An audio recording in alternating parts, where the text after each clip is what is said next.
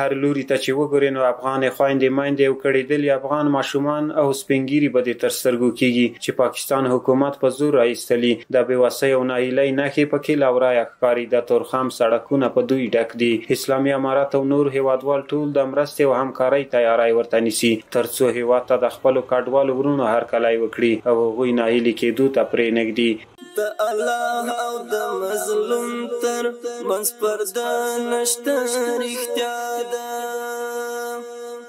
له آهونو نه ځان ساته ګوره خدای ډېر بې پروا ده. له آهونو نه ځان ساته ګوره خدای ډېر بې پروا ده. یوه اوښکه لوی سیلاب ده د ظالم کور آخر وران دی. مال مې درلود په نیمه بیه راڅخه واخیسته، سامان مې ګرد هلته پاتې شو کوټو کې دغسې فرش پاتې شو. کم ظلم چې دی افغانانو سره کېږي که نه ولا که په لکه اسرائیل دی فلسطین پاکستان کې یو ملک هم دونه نه کېږي. بې رحمه ظلم چې څه ووایه کوي ورسره ټکوي پیسې ترې اخلي سیاسرو سره ماشومان سره ظلم زیاتی کوي. جیلونو کې اچي پیسې ترې اخلي پراپټیانې دې اخلي چې هر څه ورسره څه ظلم چې وایي ورسره کوي. تورخم دروازې په څو کیلومترۍ کې ورته یو لوی کمپ جوړ شوی. کډوال هلته انتقالیږي تر څو د ژوند لومړني امکانات ورته برابر شي او بیا خپلو سیمو ته واستول شي. د ملي دفاع وزارت خپل زیات امکانات او نقلیه وسایط تورخم ته لیږلي او د پاکستان نه راغلي کډوال کمپونو ته انتقالوي. یو شمېر مسافر وړونکو شرکتونو هم له کډوالو سره د همدردۍ په موخه مسافر وړونکي موټرونه لیږدولي. بس راغلی د مهاجرین د پاکستان مسافرین بیا یو دلته ډېر ظلم ده پې او خلکو پیسې اخلي. څوک چې کارټونه لري هغوی ته لا نور هم کومک ورکوي او څوک چې نه لري کورونه یې چپه کوي او سخت ظلم ده راباسي. دا مسافرین سره باید ډېر سخت کومک وشي.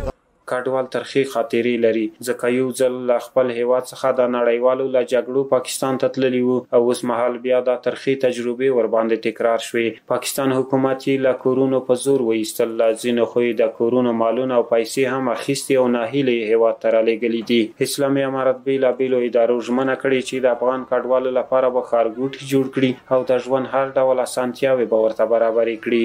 جایدادونه مو ضبط شو، مال مو ضبط شو، د عیال اولاد مو تباه شو، پر لارې سره راکړو. دلته مو 3 ساعته وزن نه و، تا یې که 4 ساعته هلته وزن نه و. تا په تیلا ماشومان وهي، زنانه وهي، مال وال موټرو کې سامان نه پرېږدي، سامان ضبطوي.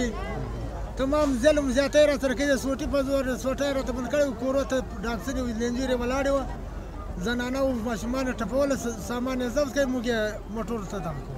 د الله او د مظلوم تر منځ پرده نشته رښتیا ده.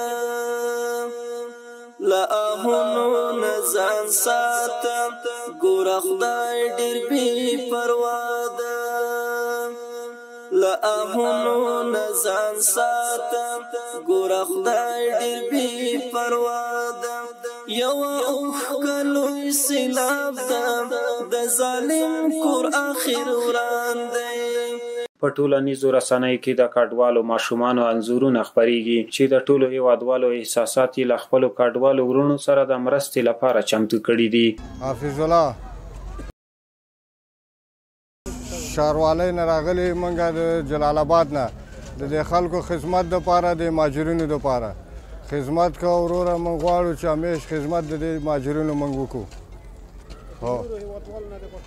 د نورو هیوادوالو نه دا غوښتنه ده چې د دې خلکو مهاجرینو خدمت وکړي او په هر څه ډوډۍ ورته ورسوي، اوبه ورته ورسوي، ګاډي ورته ورسوي، خدمت یې وکړي.